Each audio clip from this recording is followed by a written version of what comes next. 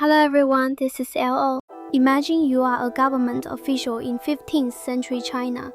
You pass one of the hardest examination systems in the world. After years of study, you finally earned your position. And then you discover something strange. Your salary cannot support the life you are expected to live. So what do? In the 15th century, China was ruled by the Ming dynasty. The salary system for officials was in many ways a test of human nature. On the one hand, the government promoted extremely harsh punishments for corruption. Officials caught taking bribes could face brutal penalties, sometimes even being flayed and their skins displayed in public as a warning.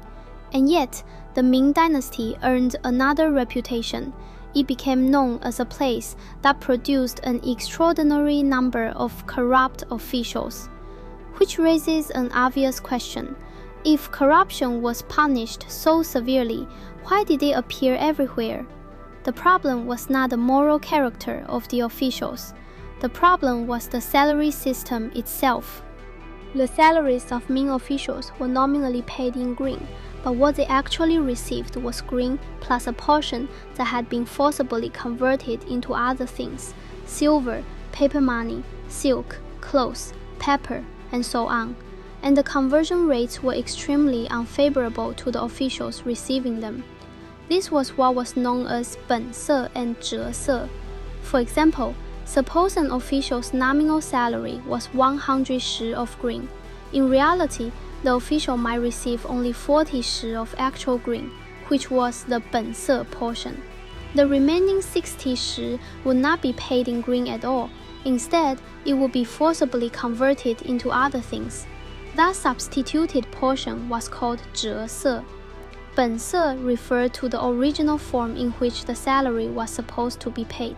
In the Ming dynasty, the original form of official salary was green, but after the mid-Ming period, even the green in the bense portion began to be reduced and diluted. Zhese, on the other hand, meant that instead of giving you green, the government simply gave you something else.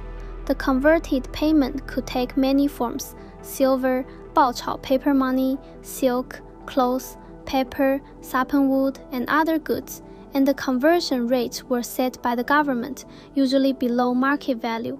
If 1 zhese of green was worth about 1 tael of silver on the market, the government might instead decree that 1 zhese was worth only 6/10 of a tael.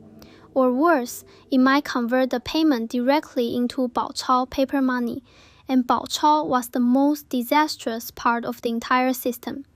Baochao was the paper currency issued by Zhu Yuanzhang. In theory, it was legal tender.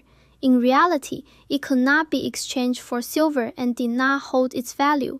Because it was issued without restraint, it had already begun to depreciate during the Zhu Yuanzhang period. By the middle and late Ming dynasty, the depreciation had become completely out of control. To use a harsher comparison, imagine being told at payday, "We don't have cash to pay you.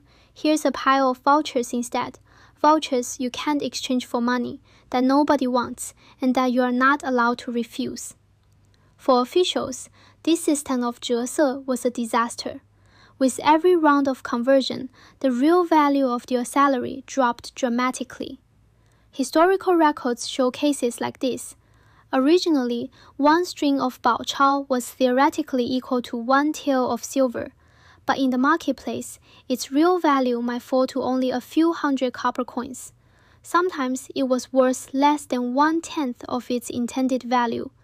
In other words, if your nominal salary was 100 zhese of grain and 60 zhese of that salary were converted into Baochao, the purchasing power of those 60 zhese might shrink to the equivalent of only 5 zhese or even less. Baochao also had serious problems with circulation, though we will not go into that in detail here. And the problem was not only depreciation. In short, although the nominal salary of officials remained the same, their real income collapsed. In 1432, confiscated property was used to pay officials' salaries, and in 1472, officials were even paid with beans from state granaries, beans normally used as horse fodder. Now that we understand how official salaries were structured, let us look at the nominal salaries of Ming officials at different ranks and roughly how much purchasing power they would represent today. The salary for a first-rank Ming official was 1,044 shi of grain per year, that is 1,044 shi annually, or about 87 shi per month.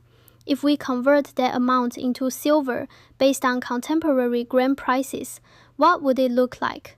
A commonly used estimate for the late Ming period is that 1 shi of grain was worth roughly 0.7 to 1.0 tael of silver. During periods of famine, prices could rise to about 1.6 taels per shi. So in theory, those 87 shi of grain per month would be worth roughly 61 to 87 taels of silver. During periods of extreme price inflation, it could even reach about 139 taels of silver per month. But this is only a theoretical calculation, assuming the grain salary could actually be sold at market price. What kind of living standard would that represent?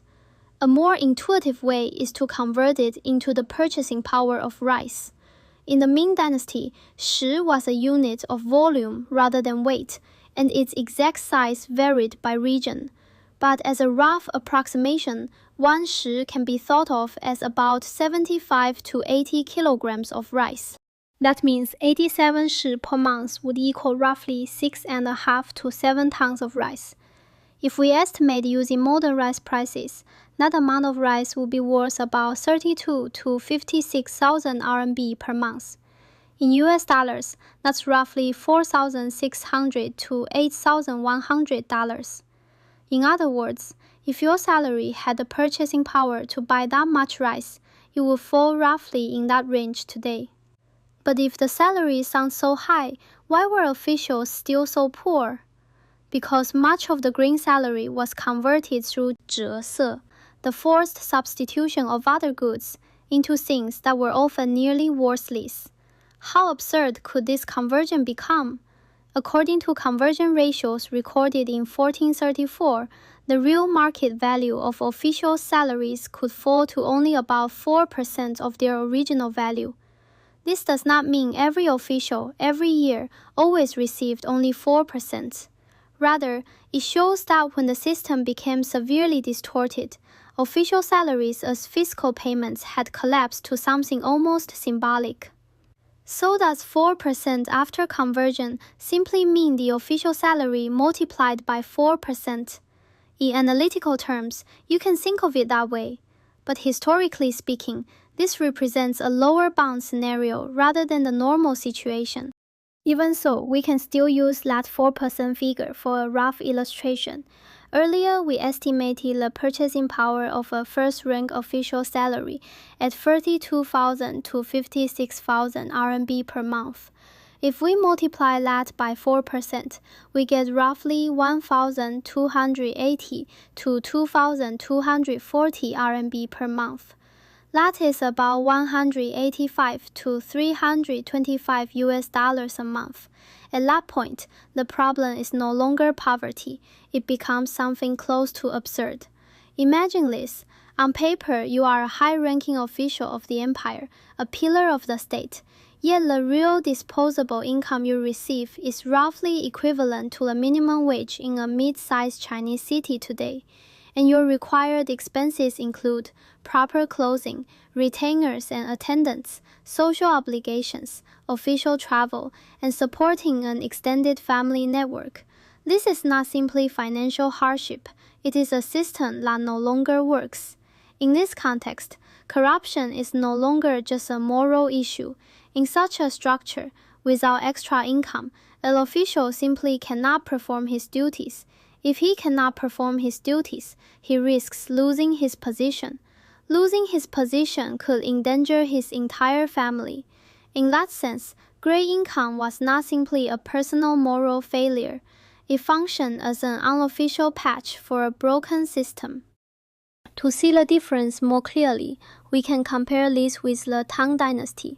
In the Tang dynasty, official salaries were built around direct material support. A Tang official's income generally has three main components. First, grand salary, which was the core. Second, official land allocations, which provided additional income. And third, small amounts of money or clothes, though these were not the main form of payment. The grand salary was actual grain, something you could directly eat or use. Did the Tang dynasty also have conversion payments? The answer is yes, but only to a very limited extent.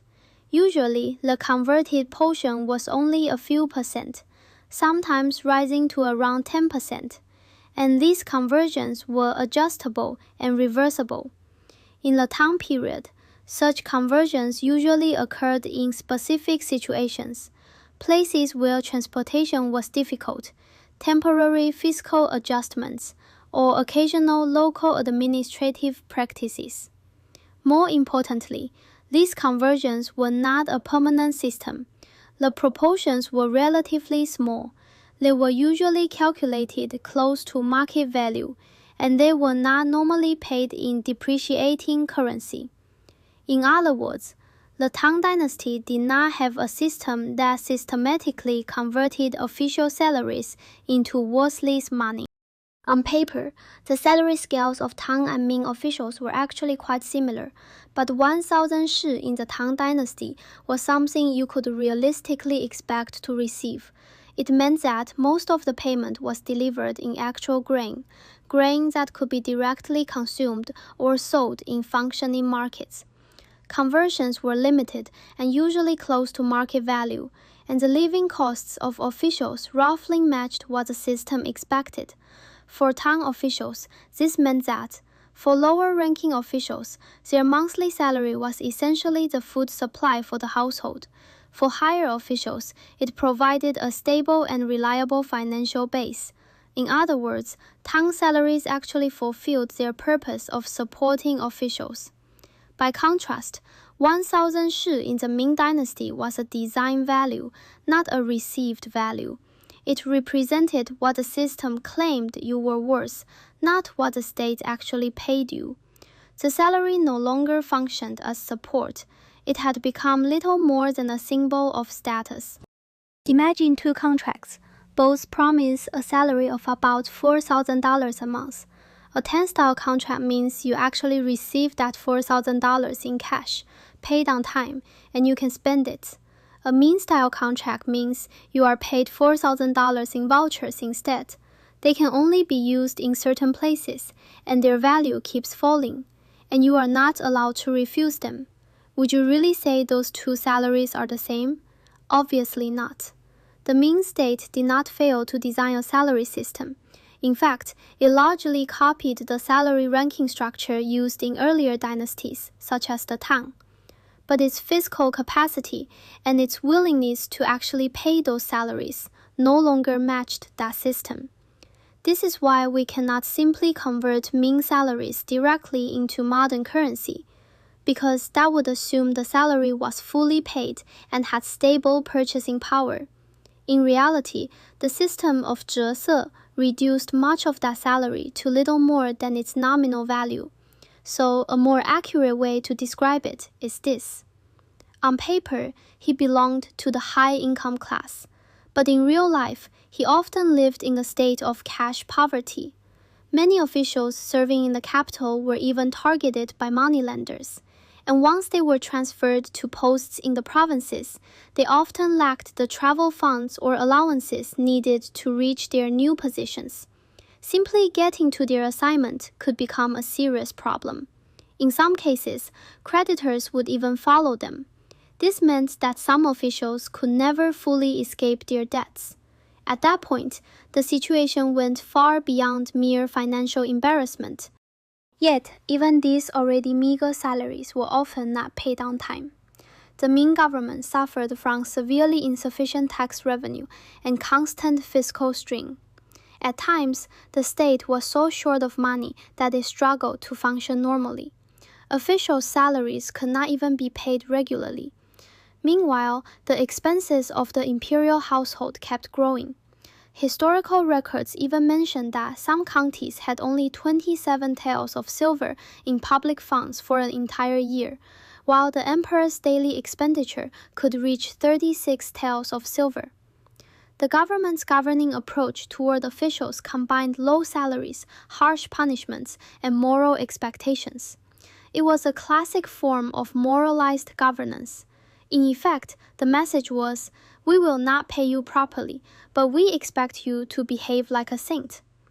When a system leaves no room for normal survival, people inevitably begin to look for space outside the system. As a result, gray income became an open secret. For an official who truly wanted to remain honest, it was not merely difficult. In many cases, it was economically almost impossible. In Ming China, corruption was not simply a failure of morality. It was the predictable outcome of a system that could no longer sustain its own officials.